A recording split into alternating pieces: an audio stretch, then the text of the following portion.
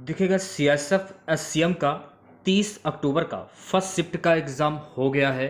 30 October first shift में पूछे गए सभी क्वेश्चंस इस वीडियो में डिस्कस करेंगे।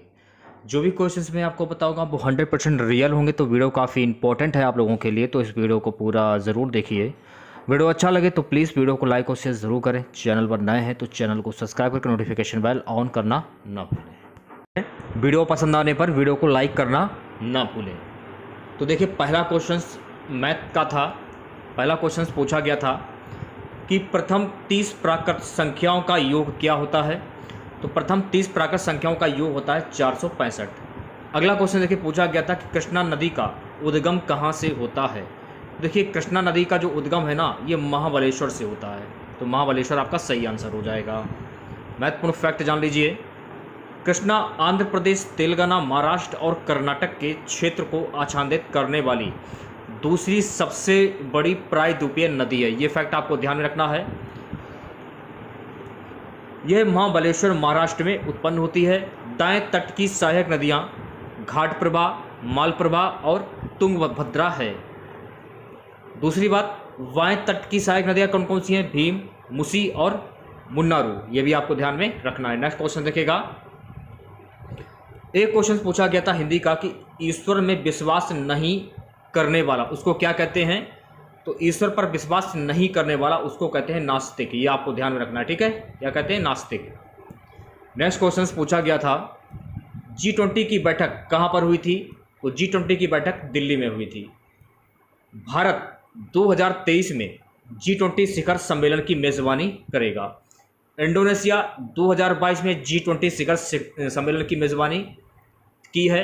भारत ने 2023 की है और 2022 G20 शिखर सम्मेलन की मेजबानी इंडोनेशिया ने की थी।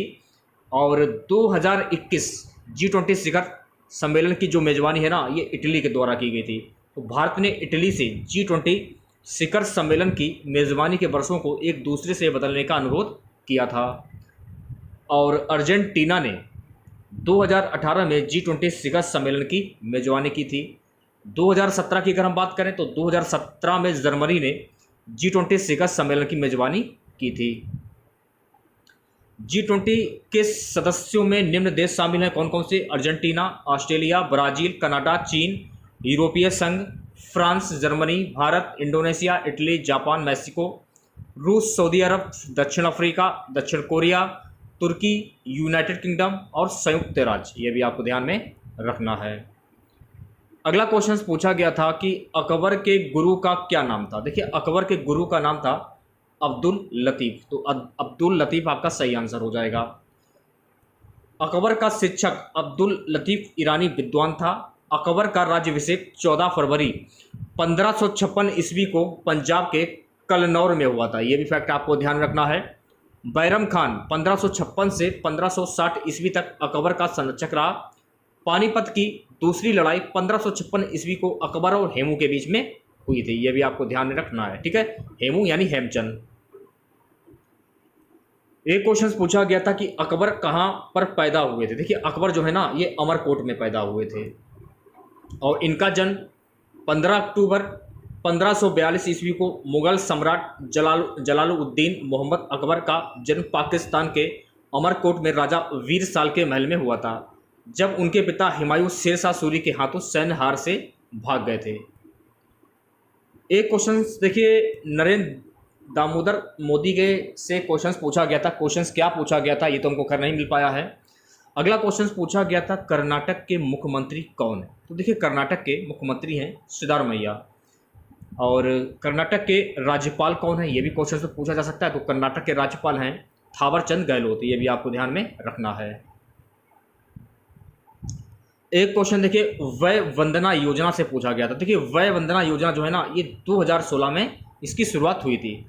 प्रधानमंत्री वय वंदना योजना PMVVY भारत सरकार द्वारा विशेष रूप से 60 वर्ष और उससे अधिक आयु के वरिष्ठ नागरिकों के लिए घोषित पेंशन योजना है, जो 4 मई 2017 से 31 मार्च 2020 तक उपलब्ध थी। और यह योजना अब 31 मार्च 2020 से आगे 3 साल की अवधि के लिए 31 मार्च 2023 तक बढ़ा दी गई है। नेक्स्ट क्वेश्चन पूछा गया था कि राष्ट्रीय सांख्यिकी दिवस ये कब मनाया जाता है। तो राष्ट्रीय सांख्यिकी दिवस 29 जून को मनाया जाता है। और राष्ट्रीय सांख्यिकी दिवस की जो थीम है वो क्या है वो भी जान लीजिए। इसकी थीम है सतत विकास लक्ष्यों की निगरानी के लिए राष्ट्रीय संकेतक ढांचे के साथ राज्य संकेतक ढांचे का संरेखण। ये भी आपको ध्यान में रखना है। अगला क्वेश्चन पूछा गया था सर्वाधिक बोली जाने वाली भाषा कौन सी है। तो सर्वाधिक बोली जाने वाली भाषा है इंग्लिश। कौन सी है? इंग्लिश। इथोनोलॉज के संस्करण में बताया जा रहा है कि दुनिया भर में सबसे ज़्यादा बोली जाने वाली भाषाओं में पहला स्थान अंग्रेजी का है, जिसे पूरी दुनिया में 113.2 करोड़ लोग बोलते हैं। वही दूसरे स्थान पर चीन में बोली जाने वाली जो भाषा है वो है मैड्रिन भाषा, जिसे 111.7 करोड़ लोग इस्तेमाल करते हैं। तो पहले नंबर पर इंग्लिश है और दूसरे नंबर पर चीन में बोली जाने वाली जो भाषा है मैड्रिन भाषा, ये दूसरे नंबर पर आती है। ये भी आपको ध्यान में रखना है।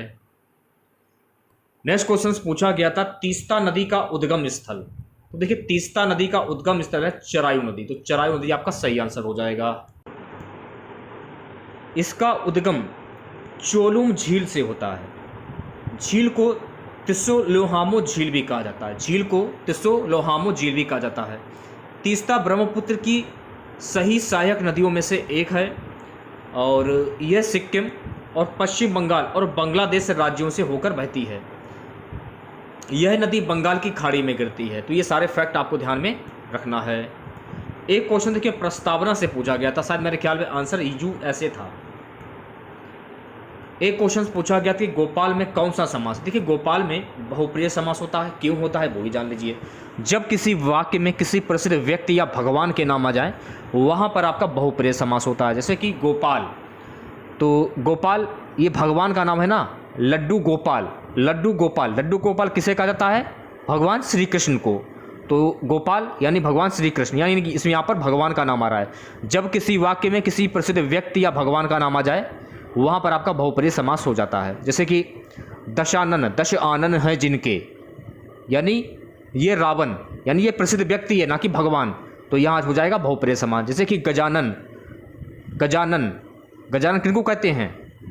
भगवान गणेश को, तो यहाँ पर भी बहुप्रिय समास हो जाएगा। नीलकंठ, नीलाकंठ है जिनका, यानी कि भगवान शिव, यहाँ पर भी बहुप्रिय समास हो जाएगा। पीताम्बर, पीला अंबर है जिनका, यानी कि भगवान विष्णु, यहाँ पर भी बहुप्रिय समास हो जाएगा। तो इस प्रकार से जो है आप लोग बहुप्रिय समास पहचान सकते हैं। एक क्वेश्चन था कि दिल्ली का पुराना नाम क्या है। देखिए दिल्ली का पुराना नाम है इंद्रप्रस्थ।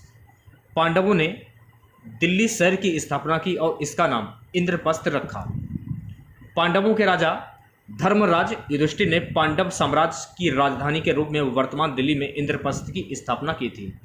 यह भी कहा जाता है कि राजा तोमर ने अपने राज्य की राजधानी के रूप में इस इंद्रप्रस्थ शहर की स्थापना की, जिसे बाद में चौहानों ने जीत लिया। कौरवों की राजधानी हस्तिनापुर थी, जो उत्तर प्रदेश के मेरठ जिले में स्थित है। तो ये सारे फैक्ट आपको ध्यान में रखना है। नेक्स्ट क्वेश्चन देखिएगा। अगला क्वेश्चन पूछा गया था जो किए गए उपकार को ना मानता हो। तो देखिए जो किए गए उपकार को ना मानता हो उसे कहते हैं कृतज्ञ, और किए हुए उपकार को ना मानने वाला उसको क्या कहते हैं? कृतज्ञ, और उपकार करने वाला उसको क्या कहते हैं? उपकारी उसको हम कहते हैं। तो ये भी आपको ध्यान में रखना है। और परोपकार करने वाला उसको क्या कहते हैं? परोपकारी कहते हैं। एक क्वेश्चन देखिए पूछा गया कि चंद्रमा का पर्यायवाची शब्द क्या होता है। देखिए चंद्रमा का पर्यायवाची शब्द होता है शशि, इंदु, राकेश, मयंक, निशाचर। ये सभी जो शब्द है ना ये चंद्रमा के पर्यायवाची शब्द हैं। अगला क्वेश्चन था कि विवेकानंद की पत्रिका का क्या नाम है। देखिए विवेकानंद की पत्रिका का नाम है प्रबुद्ध। स्वामी विवेकानंद का जन्म कब हुआ था? 12 जनवरी 1863 को। उनके जन्मदिन को भारत में राष्ट्रीय युवा दिवस के रूप में मनाया जाता है। तो ये भी आपको ध्यान में रखना है। स्वामी विवेकानंद का मूल नाम क्या था? नरेंद्रनाथ दत्ता। उन्हें भारत का देशभक्त संत माना जाता है। गीता की ओर लौटो स्वामी विवेकानंद द्वारा उठाया गया एक प्रसिद्ध नारा है। उन्होंने 11 सितंबर 1893 को शिकागो में आयोजित धर्म संसद में भाग लिया था। ये भी आपको ध्यान रखना है। और 4 जुलाई 1902 को 39 वर्ष की आयु में उनका निधन हो गया था। तो सारे ये फैक्ट आपको ध्यान में रखने हैं। अगर PDF चाहिए तो आप हमारा टेलीग्राम जो चैनल है वो ज्वाइन कर लीजिए, लिंक वीडियो के डिस्क्रिप्शन में दिया गया है। कृष्ण का पर्यायवाची शब्द पूछा गया, तो कृष्ण का पर्यायवाची शब्द होता है वासुदेव, सारथी, मुरलीधर, हरि, नंदलाला। एक क्वेश्चन पूछा गया था, कृपण का विलोम शब्द क्या होता है? कृपण का विलोम शब्द होता है दाता। और एक बात और आपको ध्यान रखना है, कृपण शब्द का अर्थ होता है कंजूसी करने वाला व्यक्ति, और दाता का अर्थ क्या होता है? तो दाता का अर्थ होता है देने वाला या दानी व्यक्ति, ये भी आपको ध्यान रखना है। अल्प विराम चिन्ह से भी एक क्वेश्चन पूछा गया था, तो अल्प विराम चिन्ह जो ना ऐसा होता है, देख लीजिए आप लोग। शिव का पर्यायवाची शब्द पूछा गया, तो शिव का पर्यायवाची शब्द क्या होता है? केसरी, शेर, महावीर, हरि, मृगपति, वनराज, शार्दूल, नाहर। अगला क्वेश्चन पूछा गया था, WHO का मुख्यालय ये कहाँ पर स्थित है? तो WHO का मुख्यालय जिनेवा में स्थित है। विश्व स्वास्थ्य संगठन की स्थापना 7 अप्रैल 1948 को की गई थी। विश्व स्वास्थ्य संगठन WHO का मुख्यालय स्विट्जरलैंड के जिनेवा में स्थित है। दूसरी बात, टेड्रोस एडहानोम विश्व स्वास्थ्य संगठन के महानिर्देशक हैं, ये भी आपको ध्यान रखना है। इसलिए प्रतिवर्ष 7 अप्रैल को विश्व स्वास्थ्य दिवस के रूप में मनाया जाता है। हरियाणा के उपराज्यपाल कौन है? तो भैया मेरे हरियाणा के उपराज्यपाल हैं बंडारू दत्तात्रेय। ठीक है। हरियाणा के CM कौन है बताइए? हरियाणा के CM कौन है? मनोहर लाल खट्टर। अगला क्वेश्चन, प्रार्थना समाज की स्थापना किसने की थी? तो प्रार्थना समाज की स्थापना 1867 मुंबई में आत्माराम पांडुरंग ने की थी, यह भी आपको ध्यान में रखना है। ठीक है। प्रार्थना समाज की स्थापना 1867 में हुई थी मुंबई में, और इसकी स्थापना आत्माराम पांडुरंग के द्वारा की गई थी। समास कितने प्रकार के होते हैं? ये क्वेश्चन ये पूछा गया था। तो समास देखिए 6 प्रकार के होते हैं। कौन कौन से? देखिए, अवयव समास, तत्पुरुष समास, कर्मधारय समास, द्विगु समास, द्वंद्व समास और बहुप्रिय समास। ठीक है, ये आपको ध्यान में रखना है। भारत रत्न का समास क्या होगा, यानी इसका समास विग्रह क्या होता है भारत रत्न का? यानी भारत का रत्न। ठीक है, भारत का रत्न, इसका समास विग्रह हो जाएगा। और इसमें कौन सा समास होगा? तो इसमें हो जाएगा तत्पुरुष समास। कर्ता ने कर्म को का, ये आप लोगों ने बचपन में काफ़ी बार पढ़ा हुआ। कर्ता ने कर्म को संप्रदान के लिए अपादान से इस प्रकार से है। अगर आपने इसे याद कर लिया तो तत्पुरुष समास आप आसानी से कर लेंगे। तो भारत अलग है और रत्न अलग है, तो भारत का रत्न। एक क्वेश्चन पूछा गया था कि मैत्री शब्द का लिंग क्या होगा? देखिए, मैत्री शब्द का लिंग होता है मंत्राणी। आर्य समाज की स्थापना किसके द्वारा की गई थी? दयानंद सरस्वती ने 10 अप्रैल सन 1875 ईस्वी को चैत्र शुक्ला 5 शनिवार संवता 1932 विक्रमी को मुंबई में आर्य समाज की स्थापना की थी। SDR की फुल फॉर्म क्या होती है? तो भैया मेरे SDR की फुल फॉर्म होती है स्पेशल ड्राइंग्स राइट्स। अब ये वाला क्वेश्चन पूछा गया था या नहीं पूछा गया था, क्लियर नहीं है। ओडिशा का शुद्ध रूप पूछा गया था, नहीं पूछा गया था, कमेंट बॉक्स में जरूर बताइएगा आप लोग। विंग्स ऑफ फायर किसकी आत्मकथा है? अबुल कलाम आजाद की। राष्ट्रपति के लिए जमानत राशि 15,000 रुपये। अब देखिए, रीजनिंग में क्या क्या पूछा गया था कि रीजनिंग से बोडो मास से क्वेश्चन थे, कोडिंग डिकोडिंग से क्वेश्चन थे, ब्लड रिलेशन से 2 क्वेश्चन थे, कोडिंग डिकोडिंग से 2 और बोडो मास से 1 था। एनोलॉजी से क्वेश्चंस पूछे गए थे। नंबर सीरीज से 1 क्वेश्चन पूछा गया था। अब बात कर लेते हैं मैथ की। तो मैथ में देखिए, चक्रवर्ती व्यास से क्वेश्चंस पूछा गया था, औसत से क्वेश्चंस था, टाइम एंड वर्क से क्वेश्चंस पूछा गया था, नंबर सिस्टम से क्वेश्चंस पूछे गए थे, प्रॉफिट एंड लॉस से क्वेश्चंस थे, टाइम स्पीड डिस्टेंस से क्वेश्चंस पूछा गया था, क्षेत्रमिति से भी क्वेश्चंस पूछा गया था। तो अगर आप लोगों को वीडियो अच्छा लगा हो, लाइक से तो बनता है, चैनल पर नए हैं तो चैनल को जरूर सब्सक्राइब करें। तो मिलते हैं नेक्स्ट वीडियो के साथ। जय हिंद, जय भारत।